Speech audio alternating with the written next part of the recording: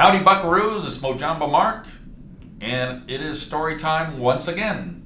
And today's story will be the story of Corduroy. And we begin. Corduroy is a bear who once lived in the toy department of a big store.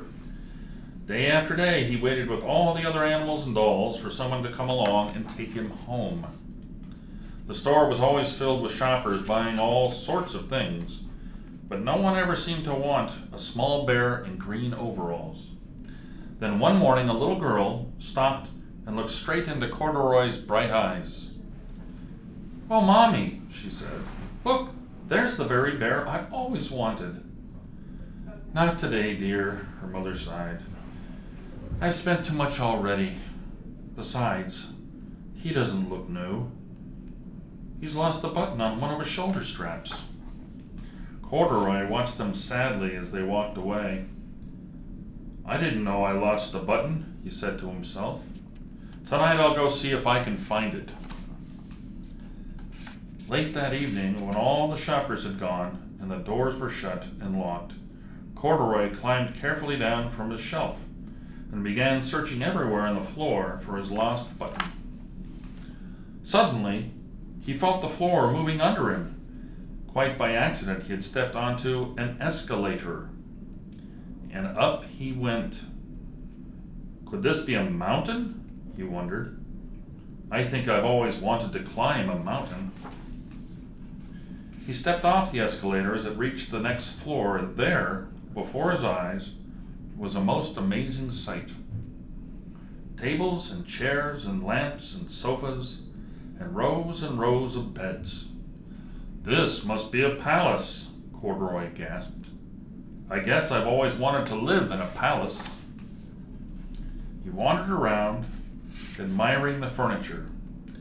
"This must be a bed," he said. "I've always wanted to sleep in a bed."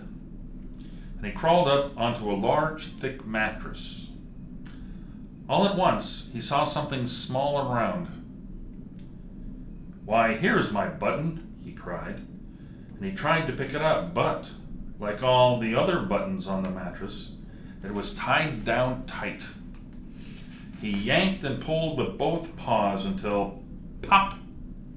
Off came the button, and off the mattress Corduroy toppled. Bang! Into a tall lamp. Over it fell with a crash. Corduroy didn't know it, but there was someone else awake in the store. The night watchman was going his rounds on the floor above. When he heard the crash, he came dashing down the escalator. "Now, who in the world did that?" he exclaimed. "Somebody must be hiding around here." He flashed his light under and over sofas and beds until he came to the biggest bed of all. And there he saw two fuzzy brown ears sticking up from under the cover.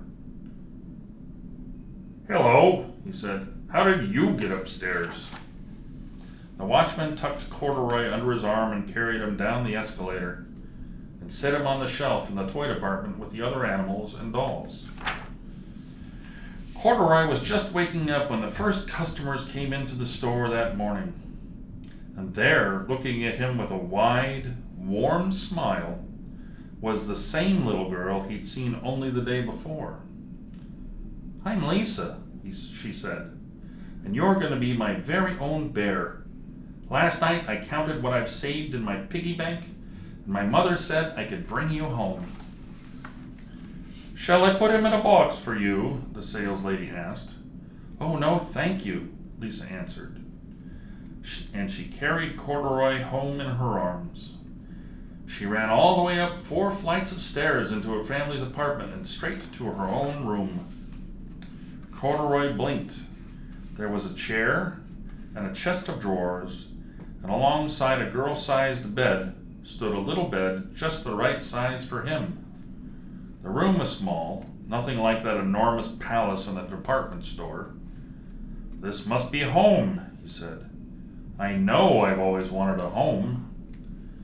Lisa sat down with Corduroy on her lap and began to sew a button on his overalls.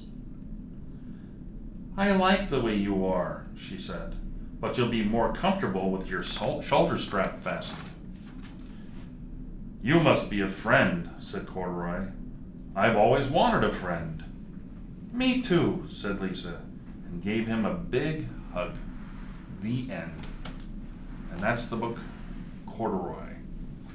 Well, Buckaroos, that's the third installment of our Storytime Stories. I hope you enjoyed that. We'll be back again next time. Till then, good luck.